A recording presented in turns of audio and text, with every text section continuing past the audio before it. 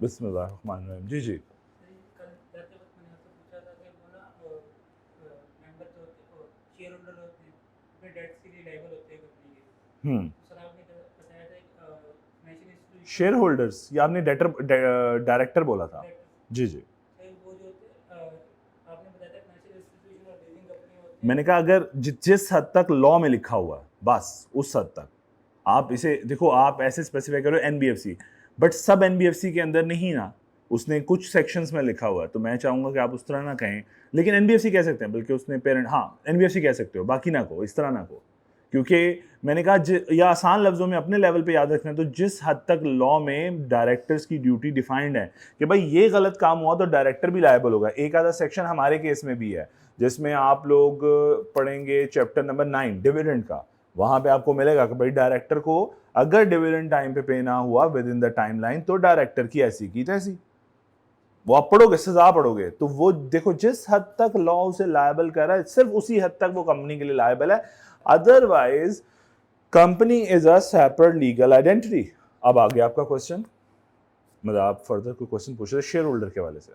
नहीं, अच्छा डायरेक्टर के वाले से थे। अच्छा उसमें वैसे क्वेश्चन क्या था? सर ये था कि ना बैंकिंग में लीजिंग आपने क्लियर बताया कि लीजिंग कंपनी भी लायबल होती है। लीजिंग कंपनी लीजिंग कंपनी भी एनबीएफसी में आती है, हाँ। सर ये बैंक भी लीजिंग कंपनी के तौर पे काम करते तो बैंक भी आते हैं, क्यों नहीं आते? नॉन बैंकिंग फाइनेंस कंपनी है क्या, और फाइनेंशियल इंस्टीट्यूशंस ही हैं।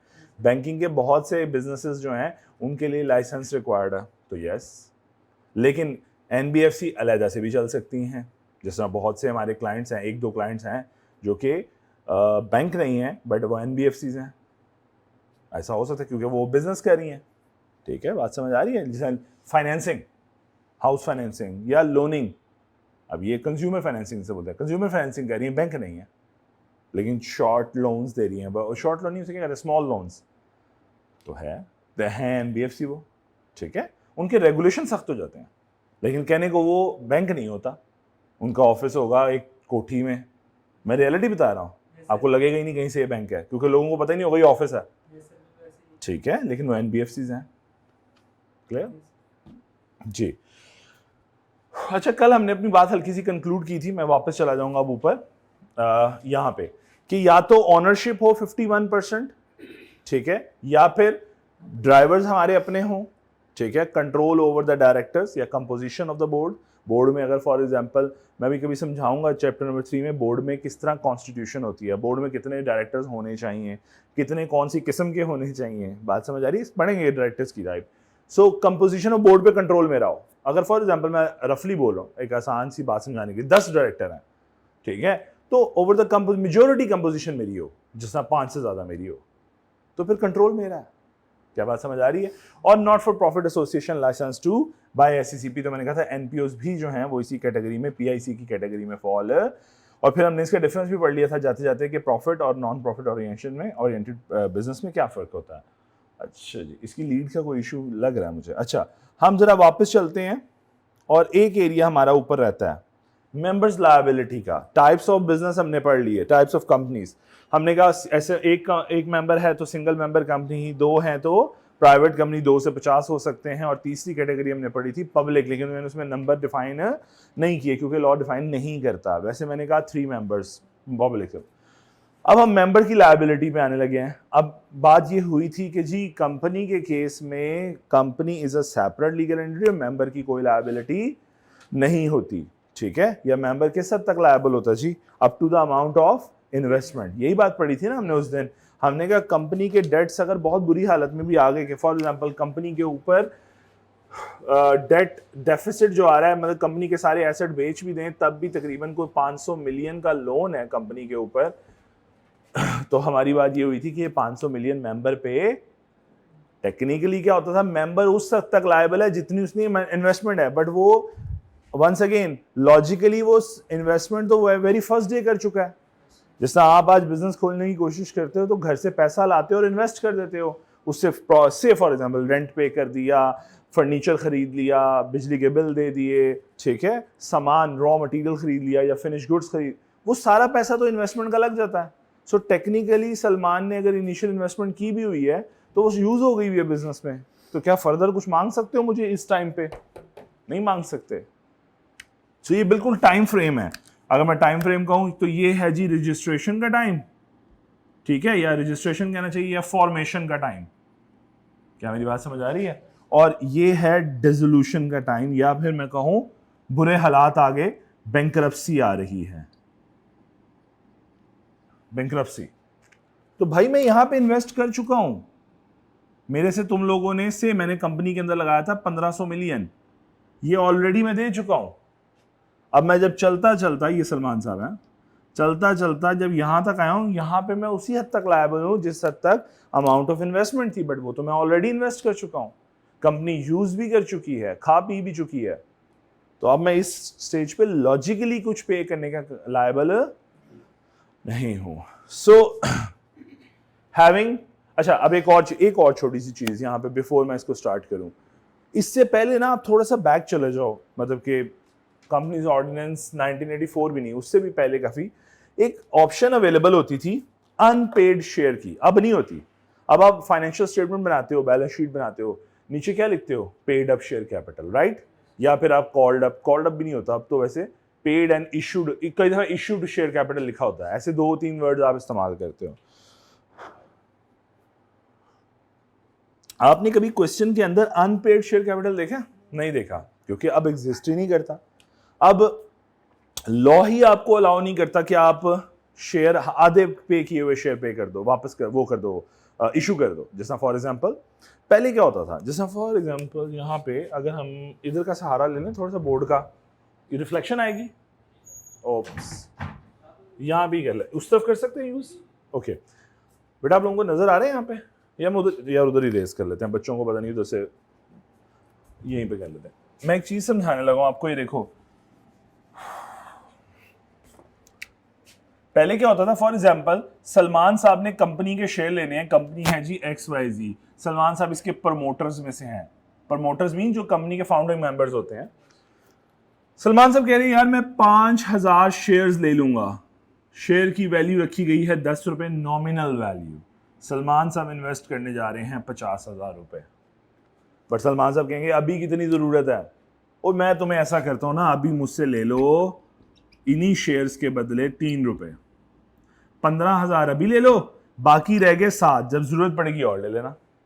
अभी शुरू में तो नहीं सारे 10 से 10 रुपए चाहिए ना, शुरू में 50,000 पूरा नहीं चाहिए, तो क्या करते थे डायरेक्टर, इतने शेयर इशू कर दिए, पार्शियल शेयर इशू कर दिए, पार्शियल पेमेंट कर दी सॉरी, और शेयर पूरे नाम पे ले लिए। अब वो अनपेड लायबिलिटी पड़ी हुई है at the time of formation या after the formation of the contract. आपने इन्वेस्ट करना था 50,000, आपने पूरा नहीं किया हुआ, 15,000 किया हुआ, क्योंकि लॉ आपको इजाजत देता था। आज आ गई है बैंकरप्सी, फिर ये पे करेंगे। फिर तो हमने सब आसान सा बात क्या पढ़ी कि शेयर होल्डर लायबल है या मेंबर लायबल है up to the amount of, तो इन्वेस्टमेंट तो थी इतने की कितने की हुई है, तो कितनी रहती है अभी? तो बेटा ये 35,000 एक्चुअली में अनपेड शेयर कैपिटल नहीं है, तो मैं इसे कह सकता हूं ये वाली जो अमाउंट मैंने लिखी है, आपने जो माइनस करके निकाली है, ये है अनपेड शेयर कैपिटल। क्या ये बात समझ आई है? ये वर्ड मैंने इसलिए एक्सप्लेन किया क्योंकि लॉ इसको आज भी एक्सप्लेन करता, कि लॉ से पूछो ना कि एक मेंबर किस हद तक लायबल है, वो कहता है up to the amount of unpaid share capital. बात भी सही है कि उससे उतने लेने हैं जितने उसके वाजिबुल अदा हैं आउट ऑफ द इन्वेस्टमेंट, और अगर पूरी अमाउंट पे कर चुका है तो लॉजिकली कुछ भी नहीं मिलना। क्या बात समझ आई है? सो आज से अब आपने ये भी सीख लिया कि भाई आइंदा से हम ये नहीं बोलेंगे कि एक शेयर होल्डर कब तक लायबल है, नहीं, हम बोलेंगे प्रॉपर्ली कि शेयर होल्डर लायबल है up to on the date of bankruptcy और वाइंडिंग अप व्हाटएवर, लायबल है up to the amount of unpaid share capital. पक्की बात है, समझ भी आई? अब आते हैं एक और छोटे से पॉइंट पे, फिर मैं इस चार्ट पे आऊंगा तो आपको चीजें समझ आ जाएंगी। नंबर 1, देखो कुछ कंपनीज हैं जिनमें शेयर कैपिटल होता है, कुछ में नहीं होता, कुछ में नहीं होता। जैसा गारंटी लिमिटेड कंपनीज के अंदर शेयर कैपिटल होता भी या नहीं भी होता। सो अगर कंपनीज के अंदर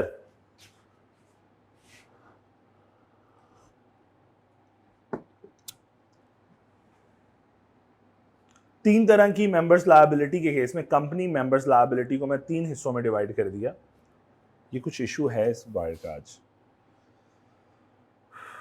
ओके, नंबर 1, कुछ कंपनीज होती हैं हैविंग शेयर कैपिटल और कुछ कंपनीज ऐसी हैं जिसमें शेयर कैपिटल नहीं होता। जिस तरह मालिक कोई नहीं होता ना, जिस तरह आपकी आसान लफ्जों में आपकी जो सेक्शन 42 की, चलो आसान लफ्ज और आसान कर लेते हैं, आपकी जो एनपीओज हैं, नॉन प्रॉफिट एसोसिएशंस हैं, उनके अंदर शेयर कैपिटल नहीं होता, उनमें मलकियत नहीं होती, मेंबर्स तब भी होते हैं उसके, फॉर्मेशन के टाइम पे मेंबर्स तब भी होते हैं उसके। बात समझ आई? इसका मतलब ये हुआ कि मेंबर तो एक ब्रॉडर टर्म है। कंपनी के शेयर कैपिटल हो तो शेयर होल्डर को मेंबर कह रहे हो, कंपनी के शेयर कैपिटल ना हो तो तब भी मेंबर तो हैं, शेयर तो तब भी नहीं है। क्या बात समझ आई? तभी मैंने आपको याद है एक पिक्चर बनाई थी इस तरह की कुछ, अगर आपको याद हो तो मैंने कहा था ये अगर सारे मेंबर्स हैं ना तो ये हो सकता है इसमें शेयर होल्डर्स हों। इसका मतलब है ये वो लोग होंगे जिन्होंने कंपनी में शेयर डाले। एक शेयर भी आपने बाय किया हुआ तो इसका मतलब आप शेयर होल्डर हो और आप मेंबर हो, लेकिन जरूरी नहीं मेंबर शेयर होल्डर हो, क्योंकि वो ऐसी कंपनी का भी मेंबर हो सकता है जिस कंपनी में शेयर कैपिटल होगा ही नहीं। क्या बात समझ आइए? आपकी आसान एग्जांपल नॉन प्रॉफिट एसोसिएशंस, उन्हें गारंटी लिमिटेड कंपनीज भी कहा जाता है। उसमें मेंबर्स ने क्या किया होता है, अब देखो उसमें मेंबर्स ने गारंटियां नहीं होती हैं। जैसा फॉर एग्जांपल अखवत का नाम सुना आप लोगों ने, ईदी फाउंडेशन का नाम सुना? अब मुझे ईदी फाउंडेशन का तो नहीं पता, अखवत का पता। अब अगर मैं कहूँ अखवत के ऊपर, अखवत के टाइम पे अखवत जब बनी तो डॉक्टर अमजद साहब है ना, शायद गालिबन डॉक्टर अमजद, उन्होंने गारंटी दी होगी, या मैं कोई बनाना चाहूँ गारंटी लिमिटेड कंपनी तो मैं गारंटी दूंगा, शेयर कैपिटल नहीं होगा। मैं कहूँगा यार अगर देखो ना, वरना कंपनी बन नहीं पाएगी, कोई पीछे कोई तो प्रमोटर हो, कंपनी तो एक आर्टिफिशियल पर्सन है, ऑल्दो लॉ ने उसे लीगल स्टेटस दिया हुआ है, लेकिन कोई तो पीछे हो ना, तो उस केस में मेंबर आ जाता है। सपोज मेंबर कहता है कि यार मैं गारंटी देता हूं कि भाईजान अगर कोई डिफॉल्ट हुआ मैं 5 मिलियन तक लायबल हूं, मैं भरूंगा नुकसान, आप फिक्र क्यों करते हैं? सो ऐसी गारंटीज दी जाती हैं। फिर तो गारंटी जो दे रहा है, जो गारंटर है, जो मेंबर भी है, वो तो फंस रहा, खुद ही लायबिलिटी अपने सिर डाल रहा है। जरा समझो लॉजिकली, मैंने एक कंपनी खोल रहा हूँ खुवत के नाम से, सपोज, या खुवत जैसी एक कंपनी, और मैं कहता हूँ मैं गारंटर हूँ जी, मैं 10 मिलियन की गारंटी लेता हूँ। भाई कल को कोई मसला होगा, मैं 10 मिलियन तक लायबल हूँ, बैंकरप्सी आती है, बैंक उस गारंटी लिमिटेड कंपनी के पास पैसे नहीं है, मैं पे करूंगा क्योंकि मैंने ऑन की, तो लायबिलिटी ऑन कर रहा हूं ना। क्या मेरी बात समझ आ रही है? सो कंपनीज दो तरह की होती हैं जी, हैविंग शेयर कैपिटल और not having share capital.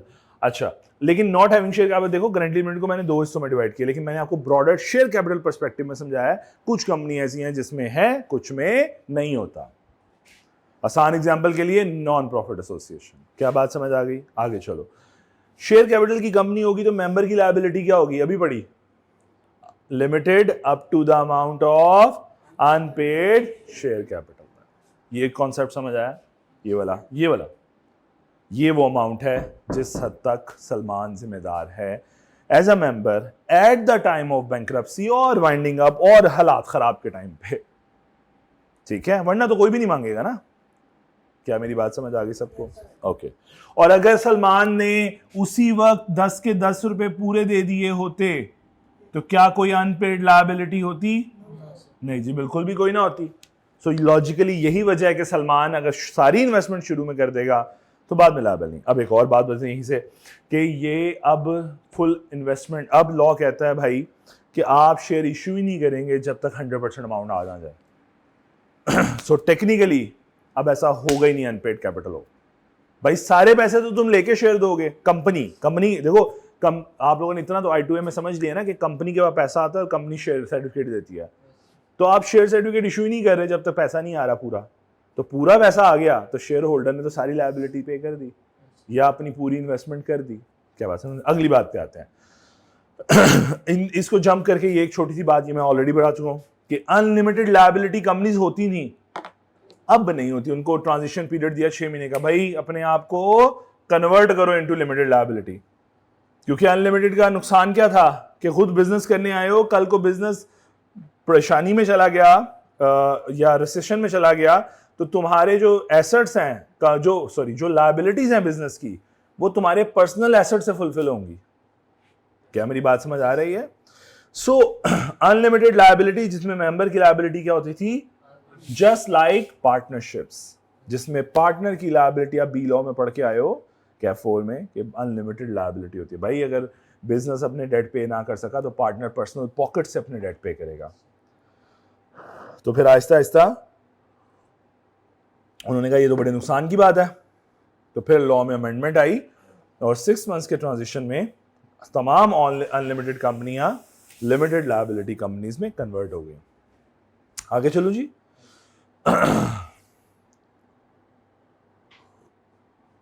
Next बात, गारंटी लिमिटेड कंपनी। मैंने कहा जिसमें गारंटीज दी होती हैं, यूजुअली नॉन प्रॉफिट एसोसिएशंस होती हैं, ठीक है। ये शेयर कैपिटल के साथ भी हो सकती है, नहीं भी हो सकती है, बट मैंने आज तक guarantee limited company with share capital नहीं देखी, कॉन्सेप्ट नहीं देखा कि कभी आया हो प्रैक्टिकली। मैंने अपनी एक्सपोजर, हो सकता है एग्जिस्ट करती होगी, मेरे एक्सपोजर में नहीं, प्रैक्टिकल एक्सपोजर में नहीं। हाँ, नॉट हैविंग तो सारी होती हैं, शेयर कैपिटल नहीं होता, मेंबर होते हैं उसके। कैसे मेंबर कैसे बन जाता फिर? अगर शेयर कैपिटल ही नहीं तो मेंबर कैसे बन रहा?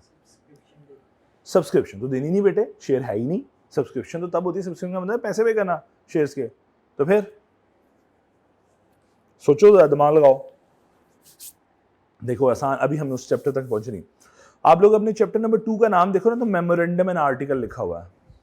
बेटा ये वो लीगल डॉक्यूमेंट्स हैं जो कंपनी की फॉर्मेशन के जरूरी डॉक्यूमेंट्स हैं।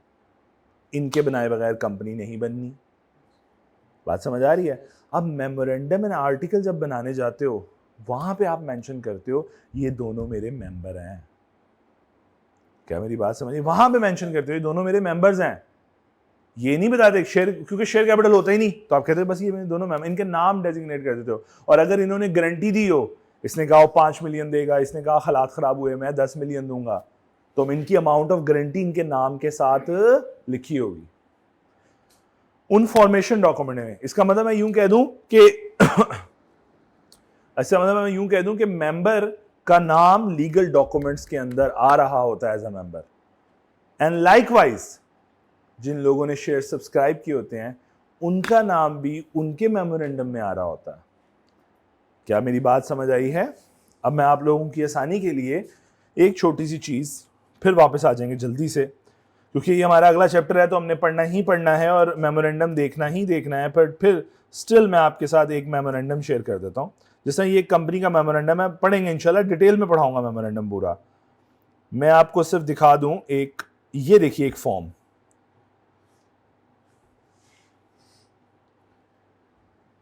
थोड़ा रीडेबल है आप लोगों के लिए, ऑनलाइन के लिए शायद थोड़ा मुश्किल हो, लेकिन मेरा ऑनलाइन के लिए ठीक है। ओके, देख लेते हैं 220 करके देख लेते हैं। ओके जी, ये देखें, मैं सिर्फ पहला ही दिखा देता हूं।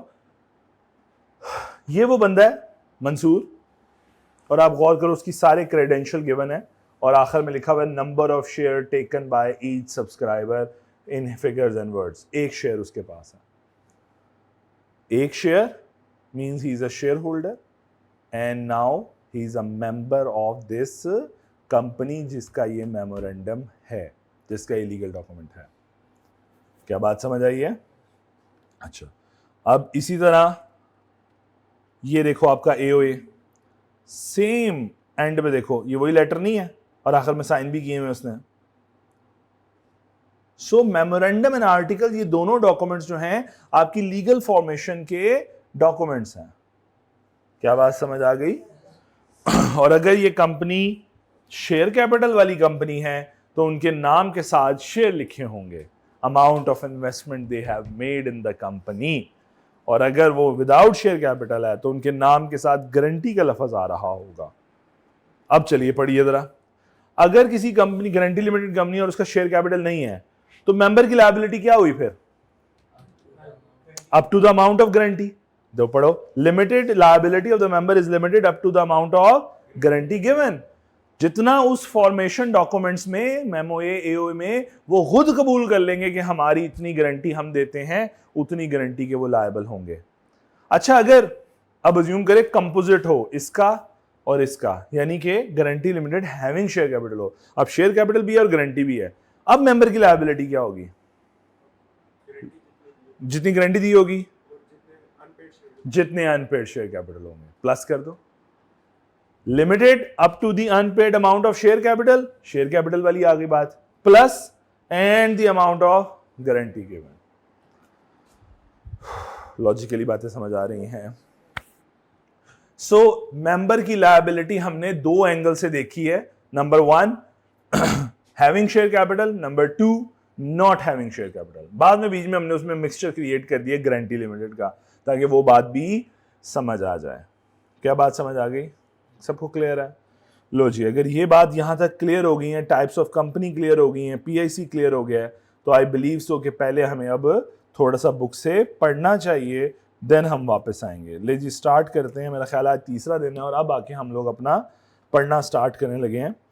सो जरा एक काम कीजिए जल्दी से। उसने एक हेडिंग दी हुई है, company as a artificial legal person. ये जल्दी से 3 पैराग्राफ पढ़िए, आपको सारे समझ आ जाएंगे। ये वही सोल ट्रेडेड पार्टनरशिप और कंपनी के बारे में बात है। जरा सब पढ़िए जल्दी से।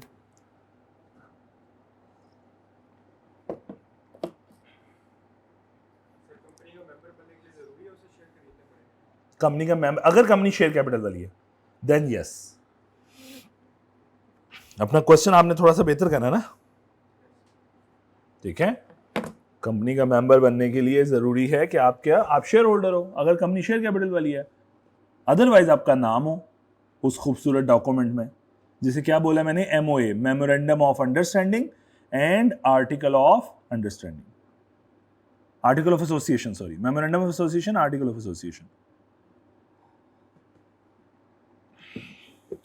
इंशाल्लाह आप उस स्टेज पे दूसरे चैप्टर तक या फर्स्ट चैप्टर के एंड पे मैं आपको उस स्टेज पे लेके जाऊंगा जहां पे मैं आपको इसका आज का जो मॉडर्न वे है वो आपको एक दफा बस 2-3 मिनट के लिए दिखाऊंगा कि वो कैसे चलता है, कैसे आज एक कंपनी रजिस्टर्ड होती है।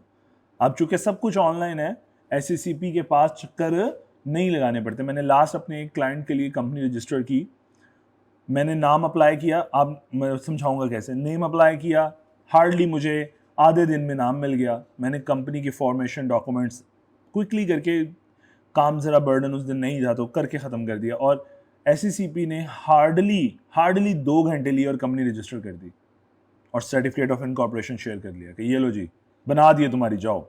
वो ईद से पहले के दिन थे और आई बिलीव कि वो अपना काम ख़त्म करके जाना चाह रहे थे, इसलिए उन्होंने कंपनी रजिस्टर करके उन्होंने कहा जाओ घर जाओ, ऐशी करो। सो इतना अच्छा सिस्टम इसका एससीसीपी का हो चुका है। अब आपको आईसीसीपी के चक्कर नहीं लगाने पड़ते, इवन कि ये हैफ्टी डॉक्यूमेंट्स भी नहीं बनाने पड़ते। रियलिस्टिकली बोल रहा हूँ, ये एमओए एओए अब नहीं बनाना पड़ता, ठीक है। अब ऑटो बनता है, आप कुछ फॉर्म्स फिल करते हो और ये पूरा डॉक्यूमेंट वो ऑटो जनरेट करता है सिंगल क्लिक के ऊपर, ठीक है।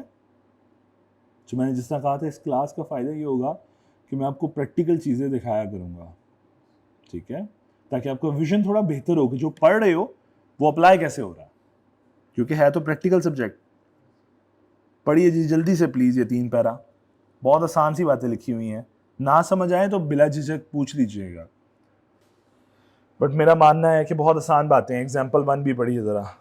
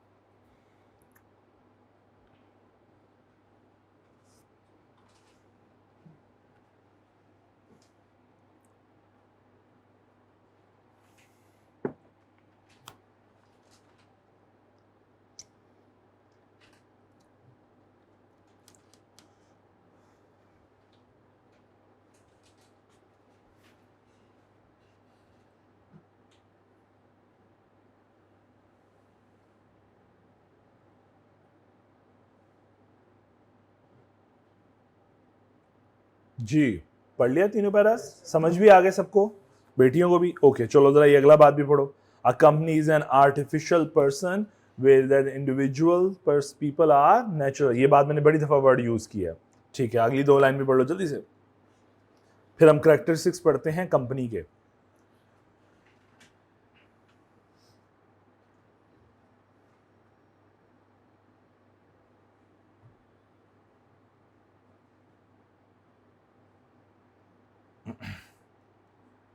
जैसे हमने डिस्कस किया था कि हम क्लास में स्टडी यहाँ से कर लिया करेंगे, घर जाके जब आप वो टॉपिक पढ़ोगे, जब एक टॉपिक कंप्लीट हो जाएगा तो आई बिलीव कि आपको आप अगर आसिफ साहब की बुक पढ़ रहे हो तो आपको कोई प्रॉब्लम नहीं आएगी, 100% कवरेज हो चुकी होगी, लेकिन एक टॉपिक कंप्लीट होने के बाद। वरना शायद रैंडम हो कि मैं कोई बात या बुक में कोई बात पहले लिखी हुई है, आसिफ साहब ने उस टॉपिक के एंड पे लिखी हुई है, that may differ, but once the topic is complete, a section is completed, then कोई डिफरेंस नहीं होगा, ठीक है। चलो जी जी, डन, चलें आगे। अच्छा, अब जरा देखो, वो कहते हैं कि कंपनी की कुछ मैं कैरेक्टरिस्टिक्स आपको बताने लगा हूं। Number 1, contractual right and obligation. जिस तरह एक लीगल पर्सन सारे कॉन्ट्रैक्ट कर सकता है, अपनी राइट्स ऑब्लिगेशन इनकर कर सकता है, अपना राइट एस्टैब्लिश कर सकता है, कंपनी भी कर सकती है। करो जरा, पढ़ो लाइन।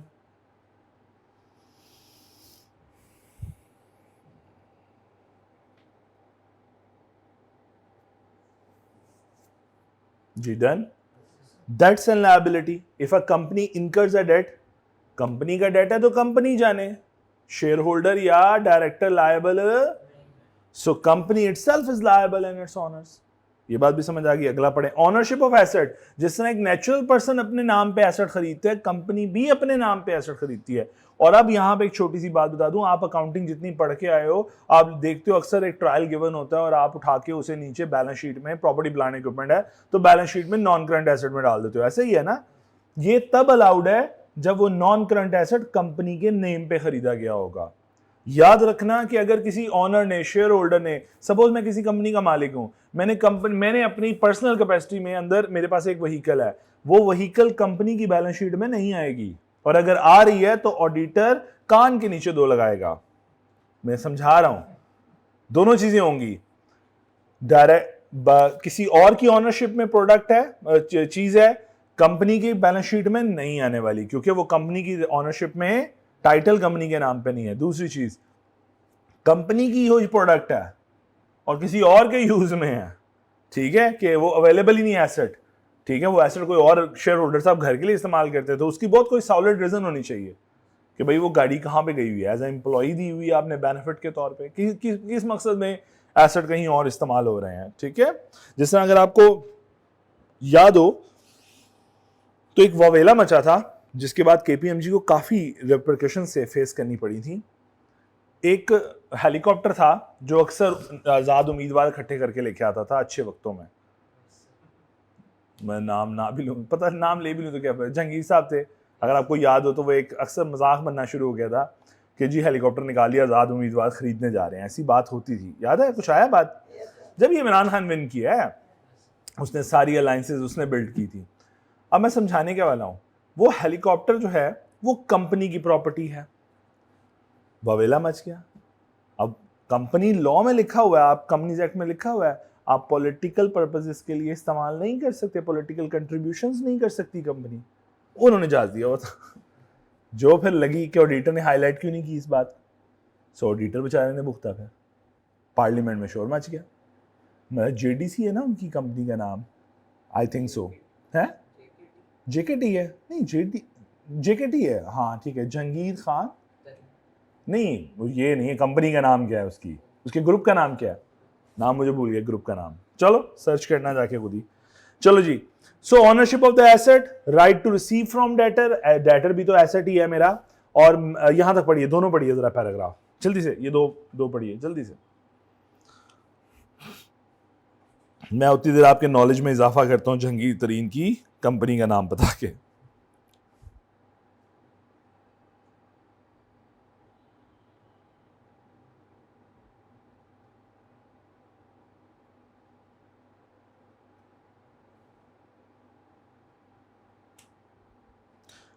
JDW ग्रुप, मैं सही कह रहा था, JDC नहीं था, JDW था।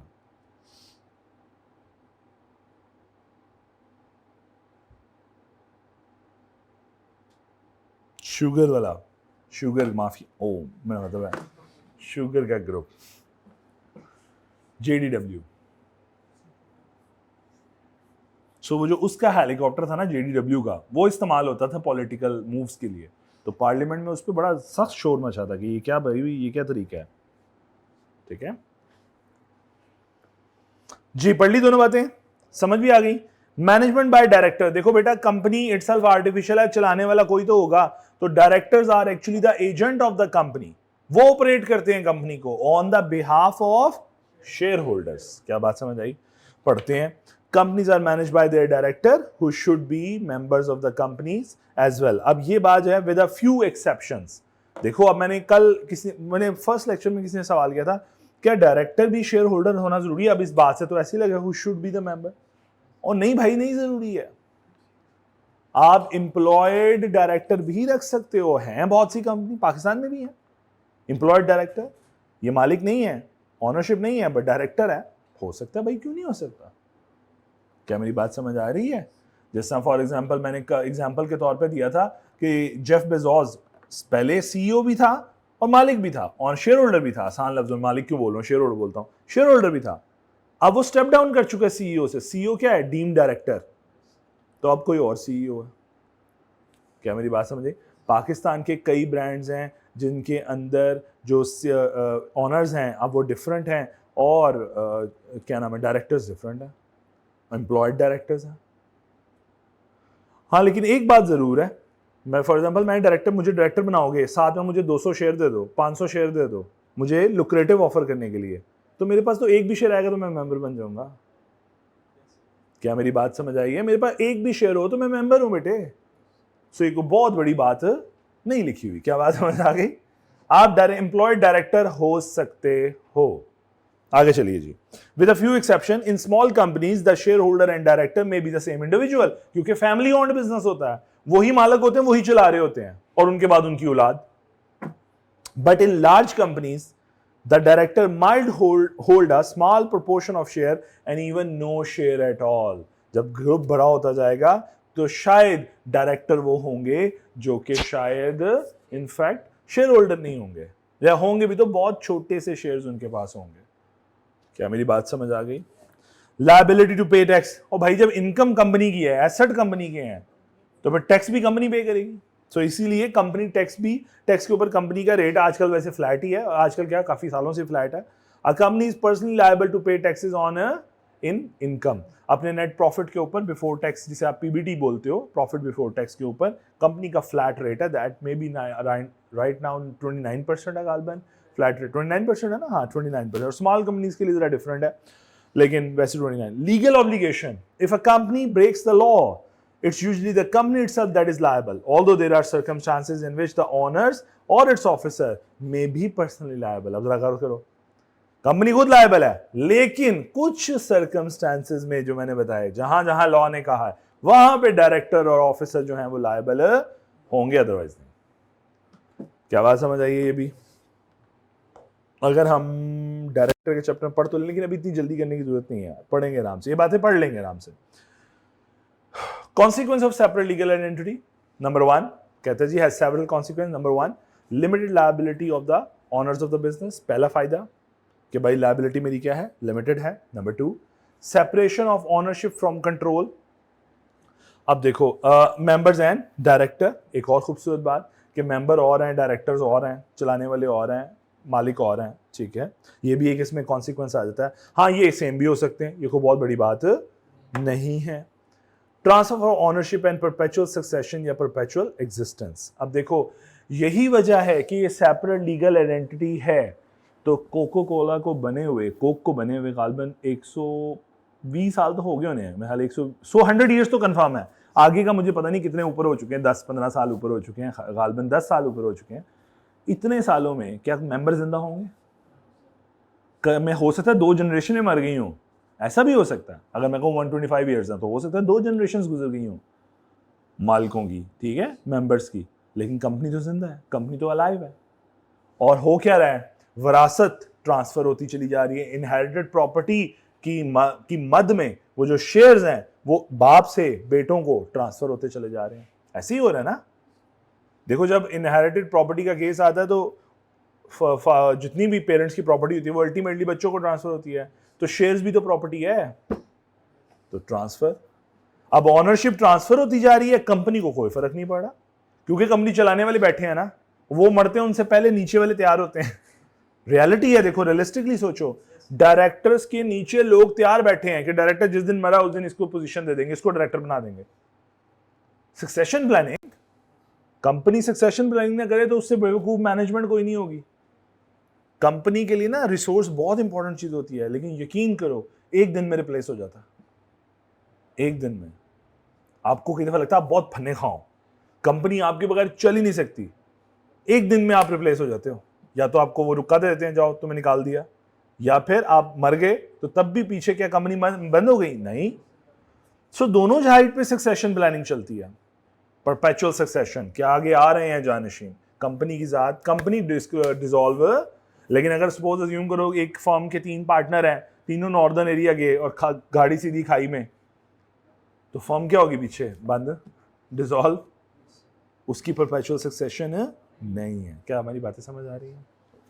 अब आपने घर से करना क्या, प्लीज एक छोटा सा काम, 1.3 जो है ना और 1.4 एक दफा पढ़ के आना है।